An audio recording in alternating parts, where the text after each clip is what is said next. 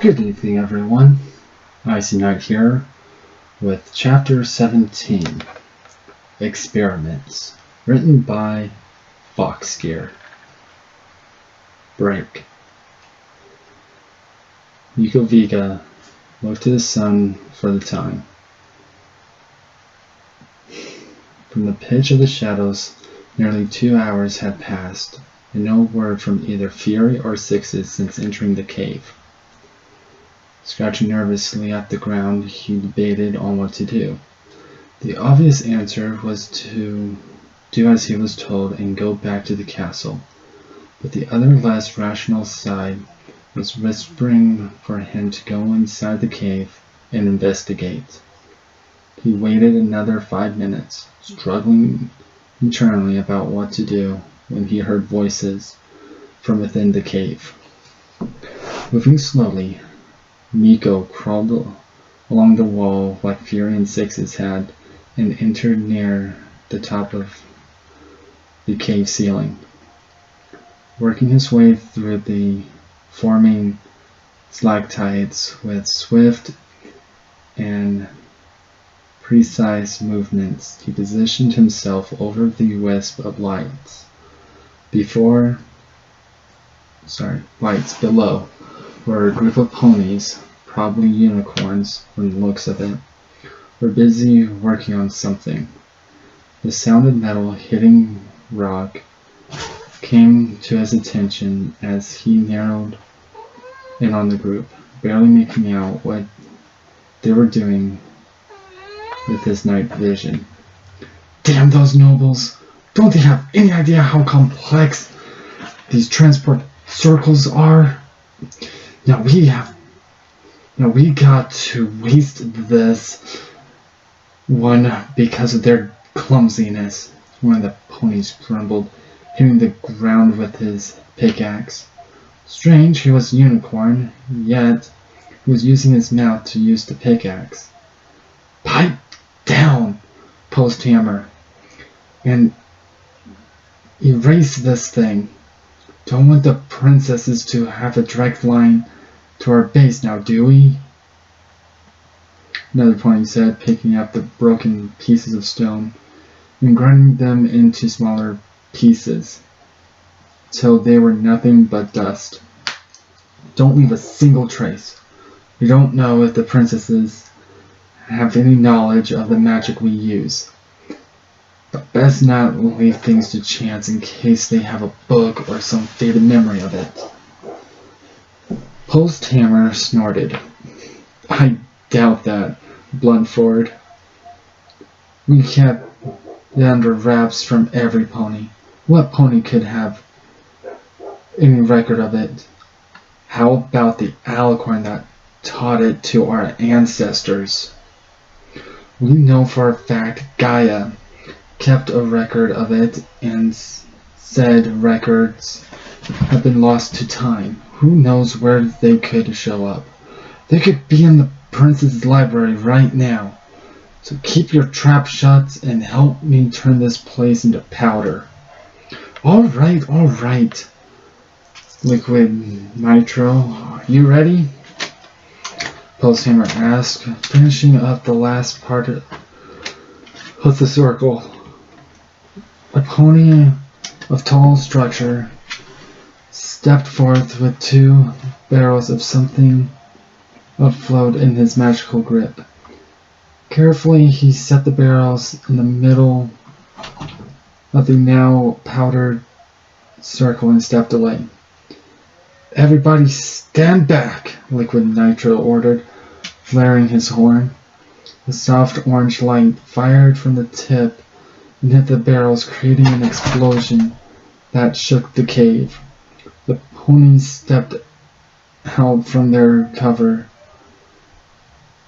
spots and celebrated in a job well done.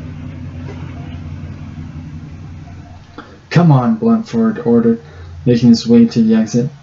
Let's go to the secondary location to the east. Let the princesses grumble around here for as long as they like. You know it, Post-Hammer cheered, falling behind the lead pony.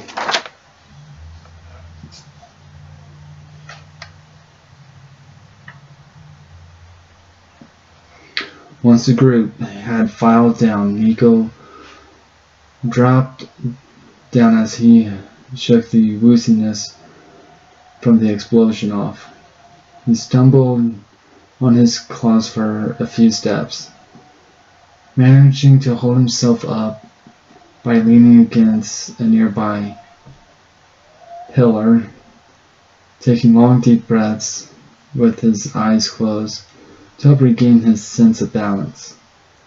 Once he was sure the dizziness had passed, he slowly made his way out of the cave amongst the shadows and followed the ponies from a distance, leaving behind an engraved crescent moon in the earth as he went.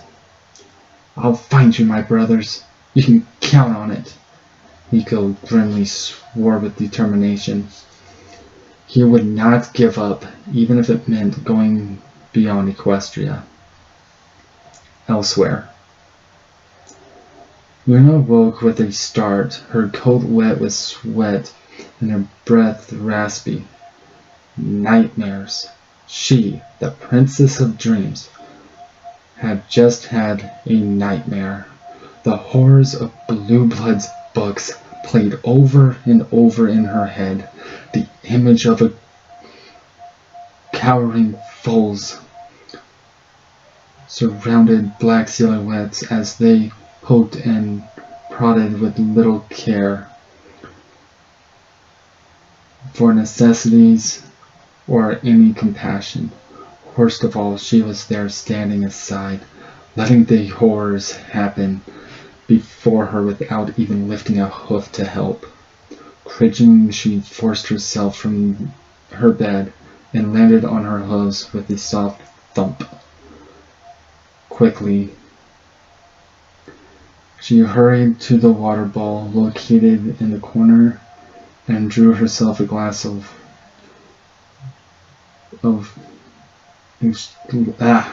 drew herself a glass to wet her parched throat. After a full minute of gulping down the cool liquid, Luna regained her breathing. Looking in the mirror, she recoiled at the disheveled mane, black bags under her eyes, and the overall tired look she was sporting. A quick whiff under her foreleg told her just how long it's been since she's bathed.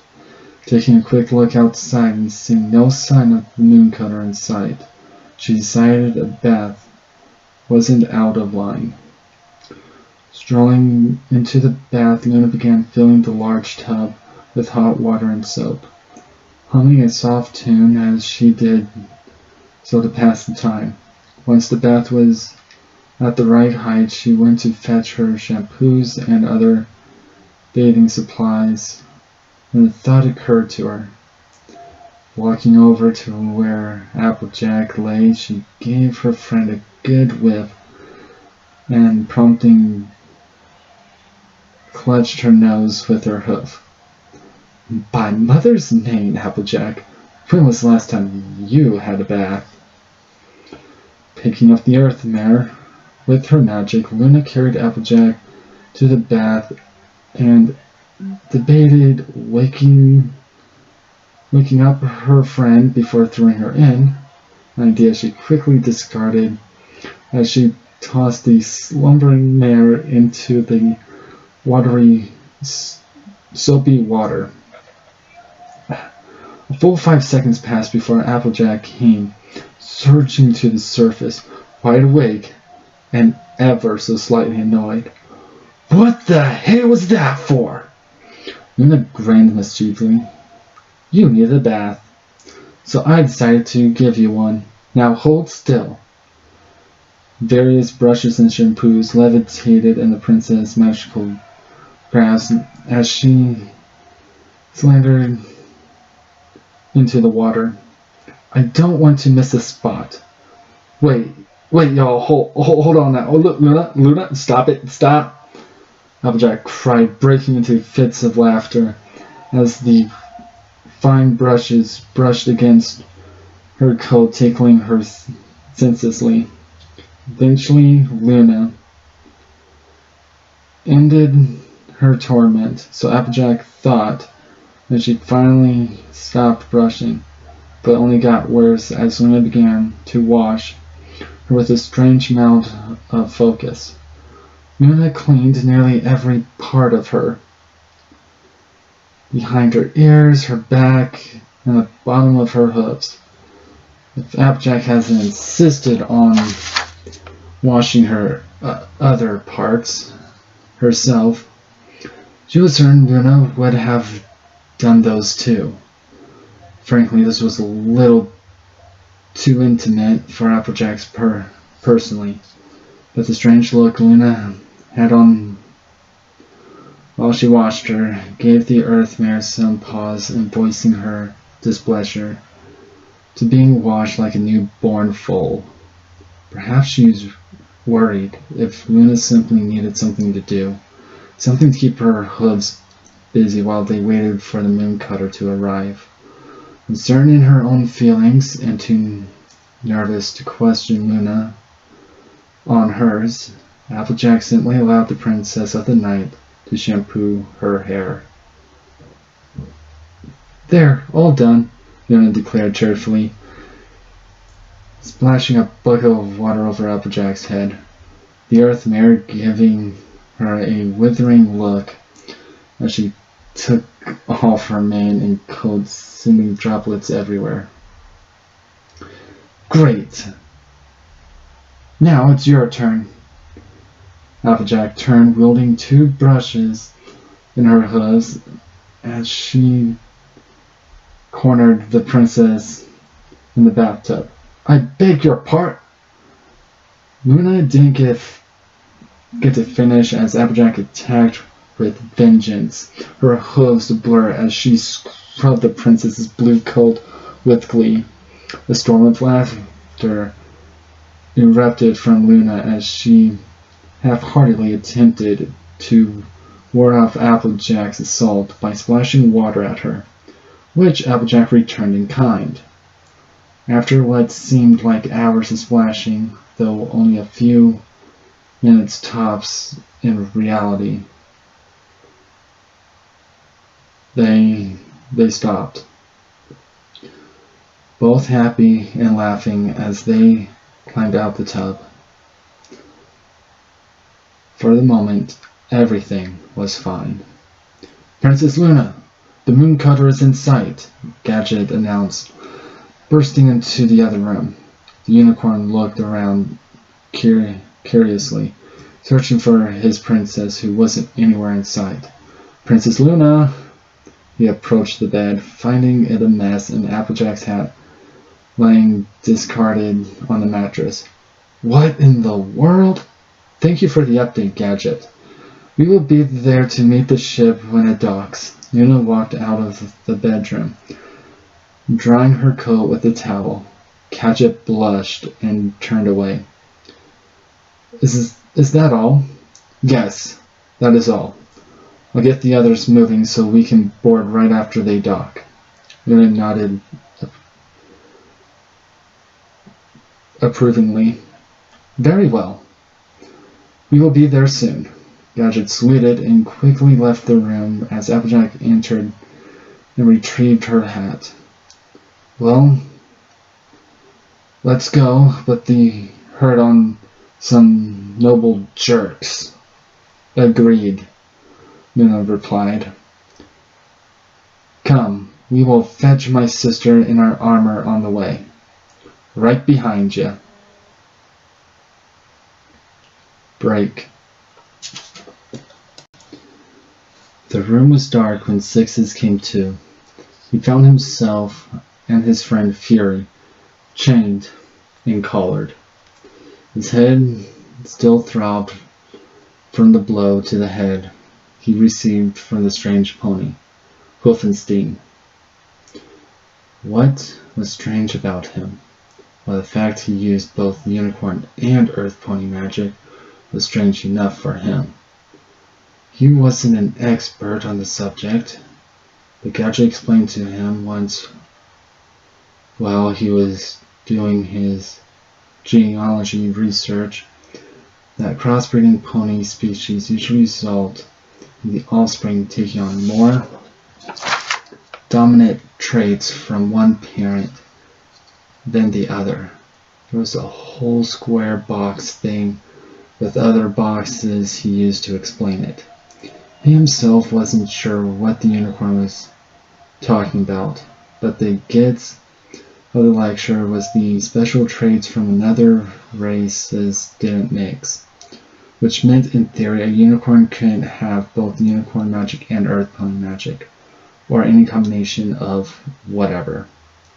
Sixes mulled the information over in his head, confused as the day Gadget explained it to him. In retrospect, he should be thinking of a way out of here. He tried to move his legs, but they were held firmly in cuffs, bolted to the floor. Next, he tried moving his head and tail, managing only to move either limb only a few inches either way. Even his wings were tied down.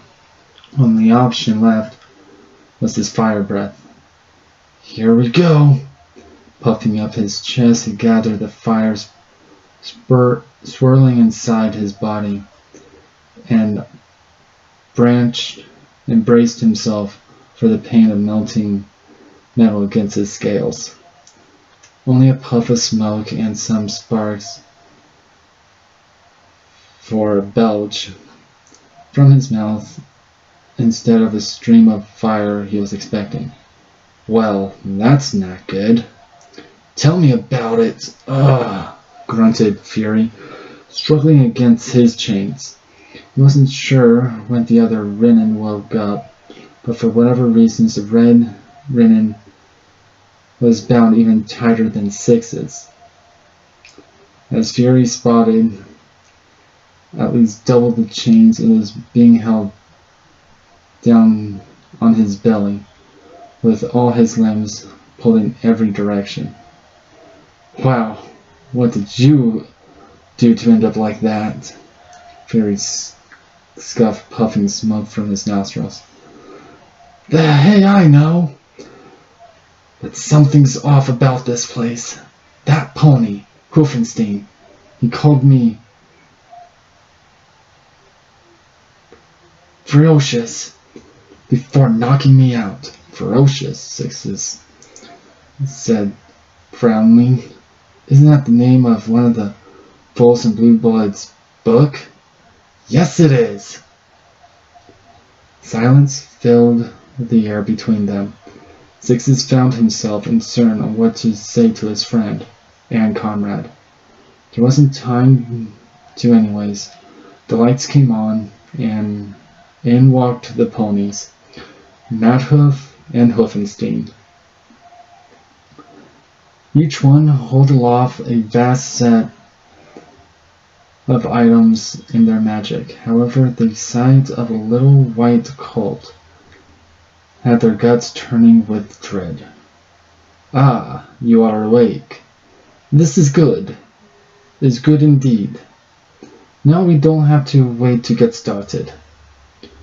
We want you see this, Madhoof ranted as he chained the foal in the corner of the room.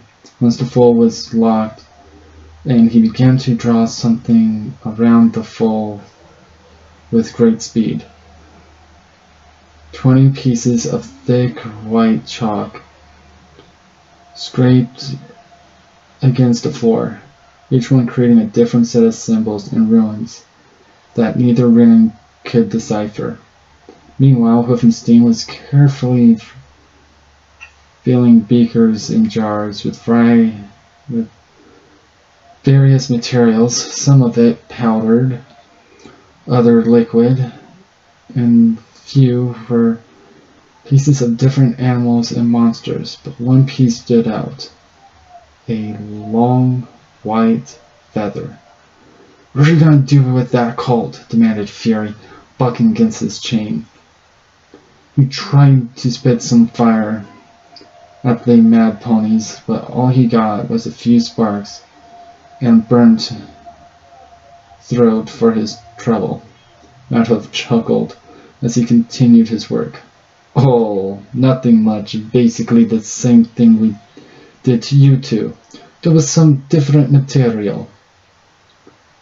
We are hoping for a more successful biotransmutation this time. Hopefully this will be bringing us closer to our goals."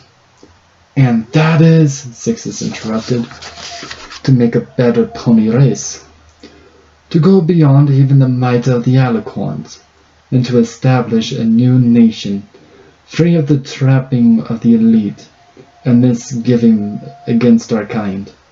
To show that we are the supreme race," explained Hoofenstein, as he set his materials around different ponies on the circle. Fury blinked. "Wow. You unicorns are full of yourselves." This prompted both mad ponies to laugh out loud to the point of tears. "What's so funny?"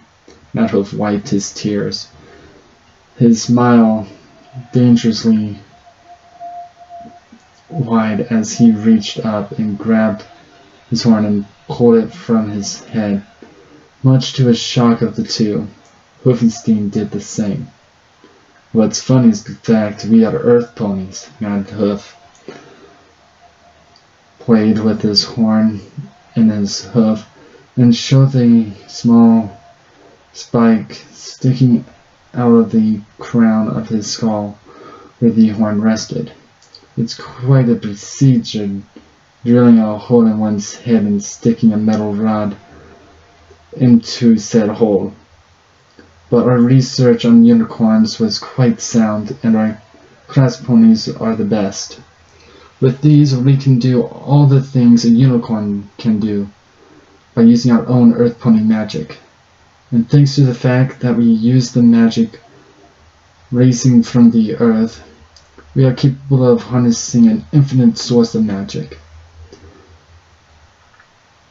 Just another step towards an earth pony empire, and getting revenge on those damn ponies that thought they could look down on us just because they had a horn or wings. We'll..." "Madhoof, settle down," Hoofenstein said. "Put your horn back on and get back to work." "Right. Sorry I lost myself of a second there." The gray-maned stallion replaced his horn and continued drawing the circles and ruins. Satisfied his friend was back on track, Hoofenstein walked over to Sixes and grabbed a syringe from the table. "I just need a little of your blood from you, 6666. Feel honored you'll be part of our first Gen 2 experiments, and the father of possibly the greatest creation yet." Hoofenstein grabbed the needle, stabbed the side of Six's neck, filling it to the brim with blood. "Well, I guess our greatest biological experiment, our iron hide project, is our greatest non-organic material transmutation of all time. Providing the nobles prove capable with process. Would you want to watch that experiment as well? You might get some satisfaction watching it." "Go to Tartarus!" Sixes spat, snapping at the doctor. "What are you planning to do with the kid?" "Oh, don't worry about that," Hoofenstein quipped. "You'll be finding out soon enough. Madhoof, are you done?"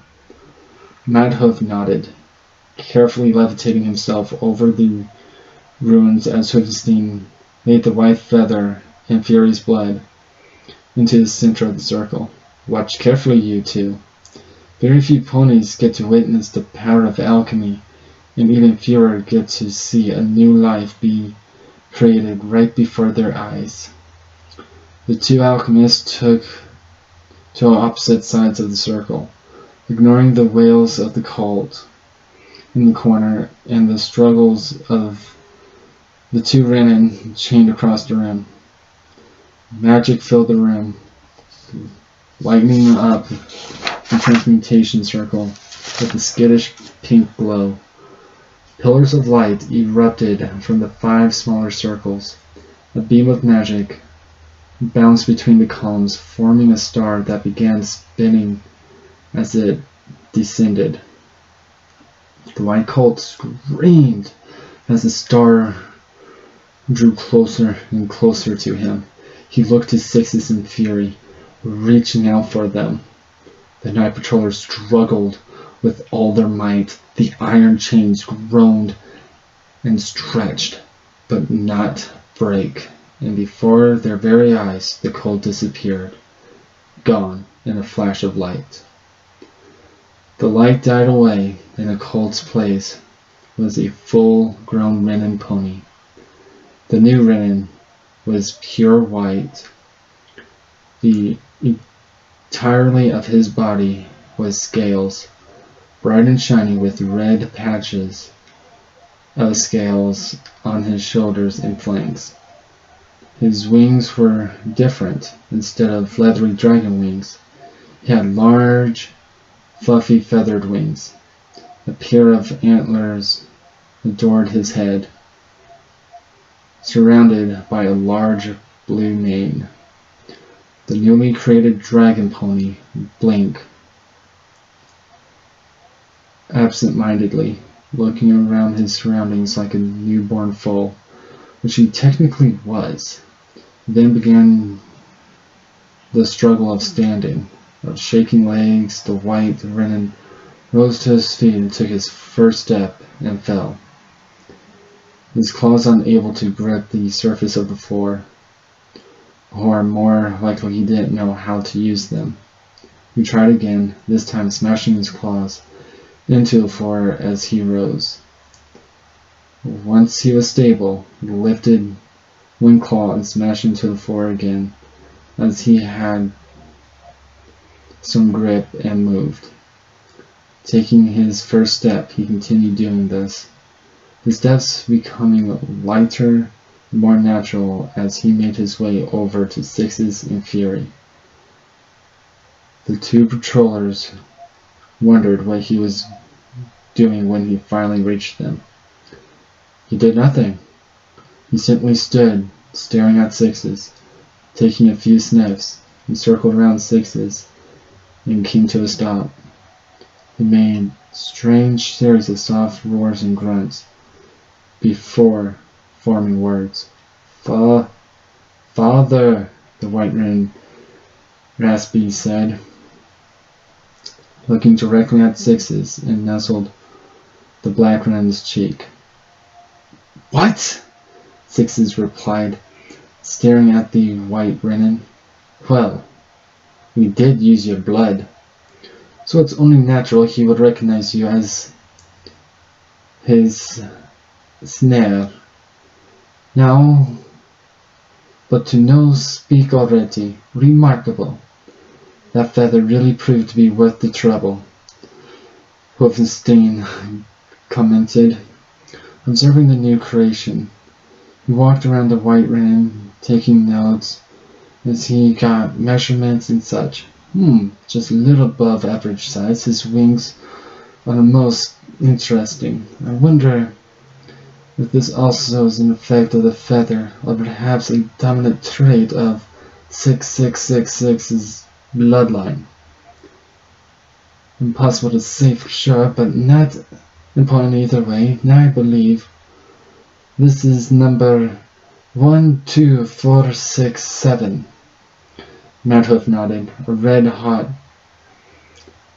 firebrand floated in his magic grip as he approached the new Renin. Father! Son, time is over, I'm afraid. We'll need to further test the results of transmutation in better detail. Don't worry, you'll see him again soon enough. Don't you dare touch him! Fury roared, pulling against his restraints. His eyes had gone completely red. Hot steam rose from his body, and the room became noticeably hotter. Not that's interesting. Do you think you could have gained some new abilities? Madhoof asked, disregarding the branding iron for the moment. This could change our results. Maybe we need to do another scan on his biomagical makeup too. Perhaps. Wolfenstein rubbed his chin. Another pony entered the lab. Dr. Madhoof, Dr. Wolfenstein. We received reports that Princess Luna and Celestia have left Canterlot and are heading due north to the transport the nobles used. It was destroyed as I instructed.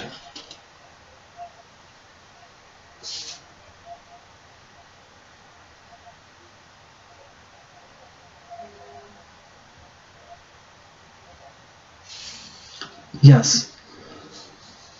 The team we sent just returned, but we discovered a group of Moon's patrollers in the area.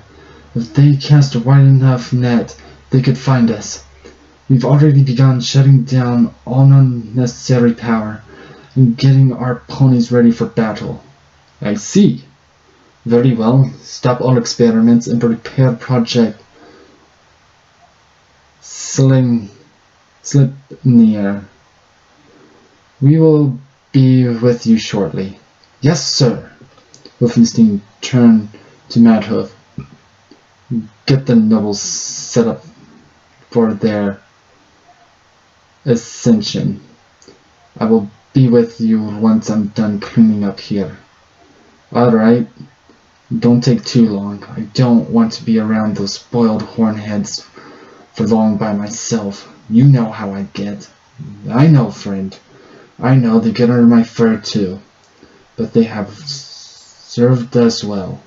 It's only right we hold up our end of the deal. Well, part of it, at least. Madhoof chuckled. Yeah, I can't wait to see the looks on their faces. Alright, see you soon. Wolfenstein waved him off, and then turned his attention to the three ran before him. The vault would be the best place for them, judging by the looks of those chains. It wouldn't be much longer for Furiant Six's break loose, and he couldn't have that.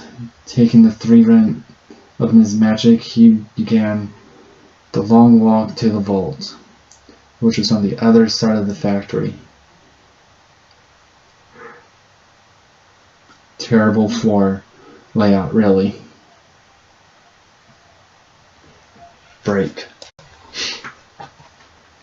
Sixes frowned as they were carried through the factory to what he assumed would be their prison. Along the way, they were passed by dozens of earth ponies with metal horns. Now that he knew what they were, it was rather obvious if a pony were to look closely. Their robust structure with muscle mass, the way they moved, all these things spoke of ponies used to working on their hooves, and now they had unicorn magic. Gadget would be impressed by their technology, not just the horns, all of it. This base of theirs reminded him of the Mooncutter, with all the machinery and the familiar rumble of powerful engines beneath the floor. The air was thinner and harder to breathe. They were definitely in the sky. Now the question is, where are we? They weren't moving that much,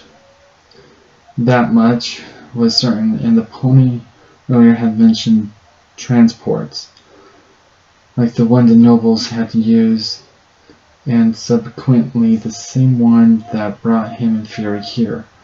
The range of these transports would greatly affect the search range for others. Hopefully Miko did as he was told and stayed in his position, or better yet, has tracked the ponies that destroyed the first transport to a secondary one mentioned. They had transports in walking distance of each other, and the range couldn't be that great. Hopefully, at best, they were only 100 miles or so ahead of where they were. At worst, they were thousands. Then there was the issue of what they were going to do. The collars prevented them from using any form of magic, so no fire breath, and whatever magic his son clone had, he would deal with that later, much later. Right now, he needed to focus on escaping. Looking to Fury, the Red Renin seemed to be keeping his cool, which was good. He needed his friend to be level-headed right now. His anger could be unleashed later when it would be of more use. The newborn Renin, who was looking like any newborn, curious and confused, so he was of no help right now. They took a turn into a room filled with several strange devices. Maybe it was all one big strange device, since everything was connected together. The device took up the entire room, encircling the wall with at least a dozen empty chambers. Wolfenstein left them floating in the middle of the room while he talked to the pony in charge. A few levers were hit, and suddenly the room was alive with flashing white lights bursting out of every chamber. From the lights in walked a couple dozen ponies, leaving Sixes to assume this room to be the transport hub, something to definitely take note of. Next, Wolfenstein walked into a strange room with two liquid containers in the center. This had to be the most roundabout way to escort prisoners to a cell, but Sixes didn't complain, enjoying the intel he was gathering. Fury mimicked his silence, probably guessing his intentions as the Red Renin darted around the room, taking in every detail, while remaining incognito. Not that Wolfenstein probably didn't know what they were doing, rather he seemed to be letting them get away with, either out of arrogance, thinking they couldn't break free, or a calculated move on his part. To what end, Sixes didn't know, but no pony that could build an operation this big and keep it hidden for so long would be called stupid. Onto the room continents, Sixes found them puzzling. There were only two things in here besides the glass tubes, and that was the things inside the glass tubes. Two baby Pegasi with popular coloring. One was blue with a rainbow mane, and the other was kind of tannish yellow color with a gray scale mane. Both were sleeping in the tubes, floating to who knows what. Sixes wondered what their purpose was. "How are our little angels today, Shovel Shank?" Wolfenstein asked as the pony tending to the two Pegasi. The pony Shovel Shank was also another earth pony with a false horn. as if his name didn't give him away. It was plain brown with a blue mane. He seemed to have a nervous tic as he kept rubbing his forelegs together every other second. Yes, they're doing good. Stable and bursting with magic. I dare say they might be ready to come out of the tube soon. Einstein humps.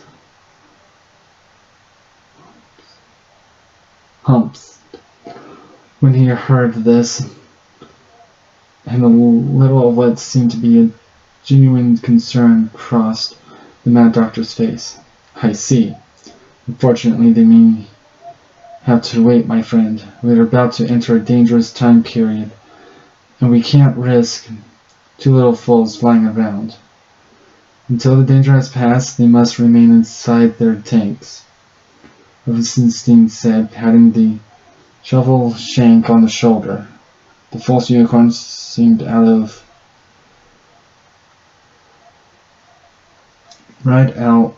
depressed at the news.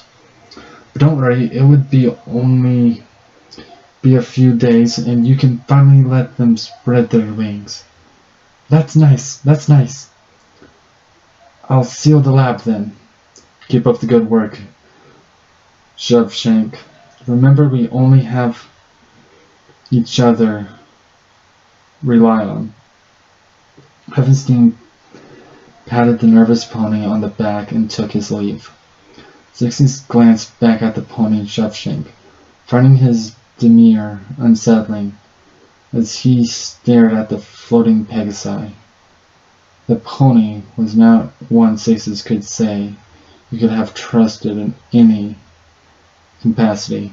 Something seemed off about him, but he supposed in this madhouse it is only logical it would be filled with equally mad ponies. Hoffenstein walked a bit more, stopping at another room.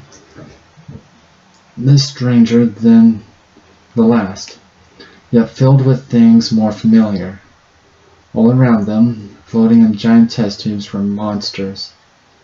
Not just any monsters, but the very same monsters they'd been hunting since joining Night Patrol. Stone Cyclops, white Timberwolves, goblins mixed with orgs, even a few of the larger beasts such as hydras, manicores, and cockatrices. Seems Muna was right. These creatures weren't natural. They were made, just like they were. There were no more stops after the last room. Hoffenstein delivered them to what he called the Vault. Particular name for a dungeon, but that wasn't the burning question on Six's mind, as Hoffenstein placed them in a small holding cell. There were two sets of doors. The first was the one they were brought through, and the second, presuming led to the vault. The design allowed the prisoners to be placed inside, while minimizing the chance prisoners already inside could escape, thanks to the second door. Well,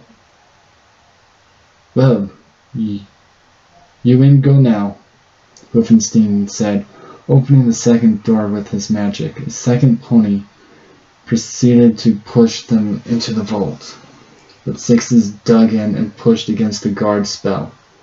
There was something he wanted to say. You created us and wiped our memories. Why? Wolfenstein signaled for the guard to stop the spell. An interesting yet obvious question, dear 6666. But one I will answer. I hate the sight of ignorance. It is one of the biggest problems in this world, in my opinion.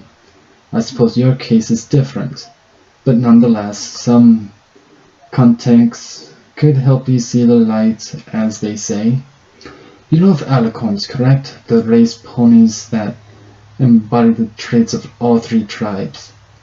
They are the most powerful beings the pony race has to offer. The pinnacle of our evolution. Yet such a strong and wise race is now reduced to merely 2 alicorns. And do you know why? Have you ever questioned either princesses of what happened to them all? What became of the great alicorn race? Sixes remained silent, thinking back to the time she spoke with Princess Luna. The subject of her race or fellow alicorn, besides her sister, had never came up, nor had he ever asked. Albeit, what happened to them? The same thing that happened to all great beings. They fell from grace, and it all started with a simple little wish. You see, back in the days before the princesses, before stars swelled, before the meeting of the 3 tribes, there were only 2. The alicorns, keepers of the elements and protectors of the land, and the earth pony tribe, the children of alicorn Gaia of the earth. At that time, there were no unicorns or pegasi. But one day the alicorn of the sky, Temperista, grew jealous of the children of Gaia. She too wanted to be loved as she was. And so she created the first Pegasi from the clouds and gave them dominion over the sky and all the power to bend it to their will. She proclaimed them better to the ponies of the earth and demanded a tribute in order to keep the weather fair and favorable for crops. Gaia reluctantly agreed and endowed the earth ponies with his magic to further enhance their connection to the earth, allowing for more crops to be produced in order to feed both races. Not long after alicorn magic, Minerva grew jealous and wanted her own children. So she created the unicorns from her own essence and gave them the power of magic to use in a way they saw fit. With this new tool, they gained control of the sun and the moon and forced the earth ponies provided for them. Once again, Gaia blessed his children with richer crops to support the new race. But it wasn't long that the Earth tribe began to be treated less like ponies and more like slaves. This outraged Gaia, who took up arms against Tempesta and Minerva. This caused the alicorns to divide into 3 groups, those of who fought for Gaia, those that fought for Temperista and Minerva, and the third, those who chose to run and hide. Thus the great alicorn war had begun, and in the end no side truly won, and the alicorns disappeared into myth until the tribes united after the Wendigo's winter, and Celestia and Luna and Sephone were discovered after they were found wandering in the wilderness. Sometime later, after the feat of discord, all 3 would be voted into being the rulers of Equestria, and I think you know most of the story after that. Sixes was reeling with information overload, trying to make heads or tails of Hoofenstein's story. If you know all that, then why are you trying to help the nobles become immortal? Sounds like you have less love for them than I do. They have their uses. You remember Madhoof's little burst of an earth pony empire? I, on the other hoof, desire a different future. What You want every pony to be alicorns? That's why you're taking foals and changing them to monsters? Hovenstein shook his head. No, you don't understand, my dear 6666.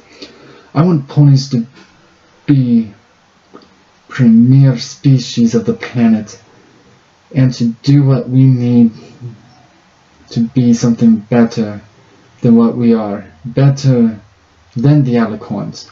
We need to evolve and adapt. You and others are mainly the first steps in the larger game. With you ponies now you have the genetic possibility of claws and scales, nature's armor and swords. Next, the introduction of new magic and abilities. When we erased your memories and dropped you off in the cave, we wanted to test your behavior and instinct patterns. We want the experiment to be natural. Hence, the erased memory. I must say you have performed wonderfully. You have become so much more than the potential of future generations. With crossbreeding is very exciting. Look at your son over there. I simply cannot wait to see what he can do. Well, last time is short. Hopefully we can avoid the princess's eyes, but I would be lying if I said I wish they didn't find us.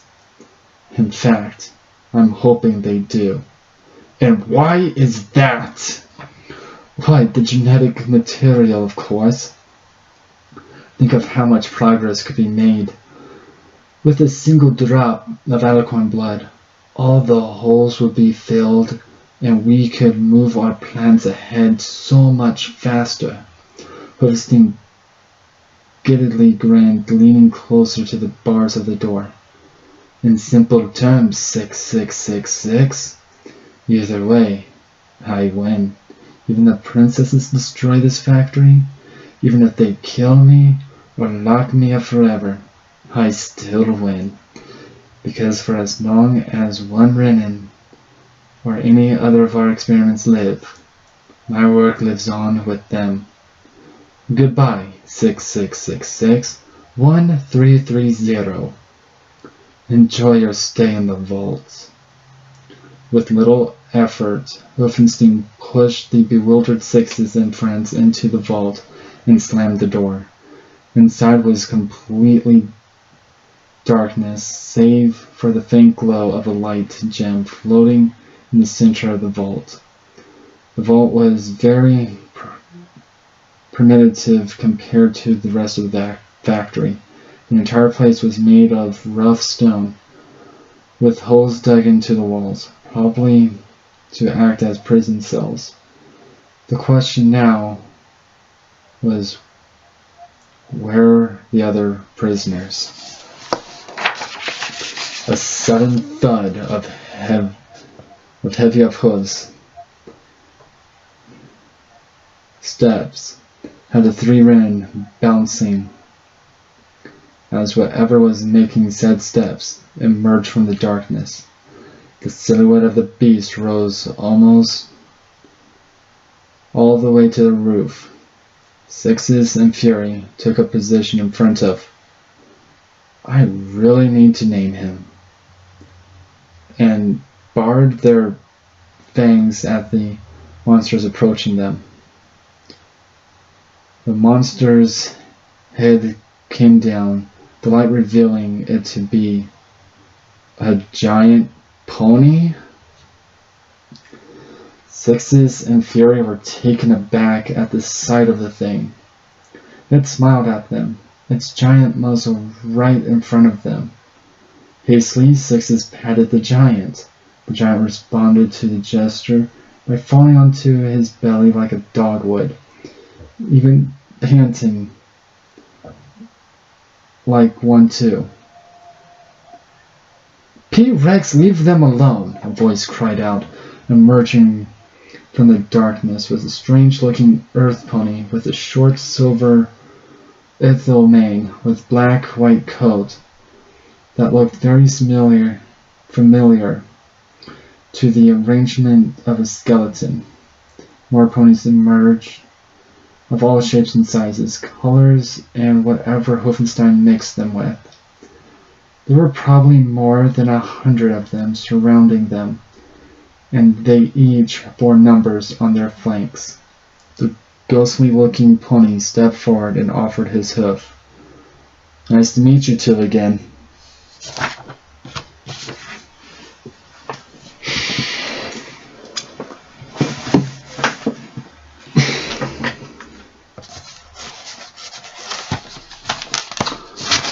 Well, that was a very interesting chapter.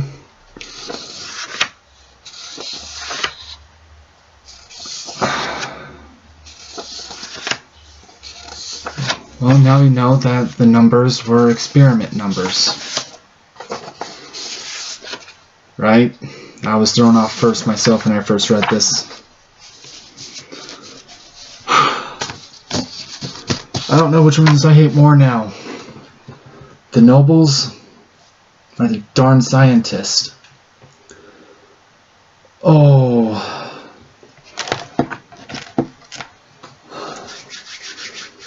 If only.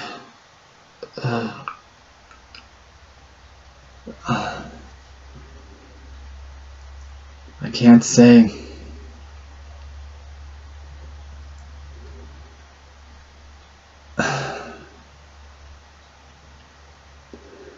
I want to know what you guys think. Which ones do you hate more? The nobles or the scientists? As interesting as this is getting. Just a heads up. Spoiler alert. More feels are coming. And Luna and Celestia are about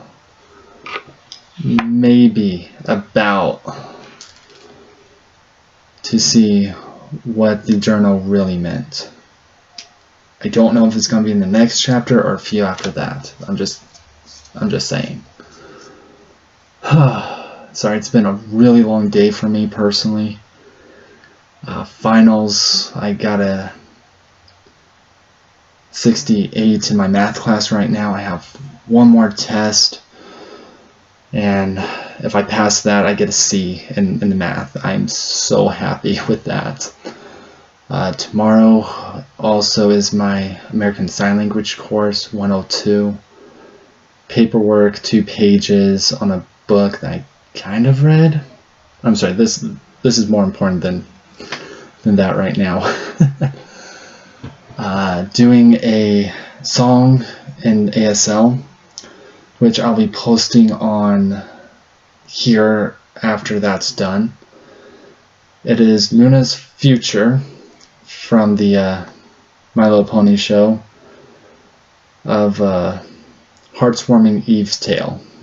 You know, where you meet Snowfall, Frost, and Ebenezer Scrooge type, just ponyfied.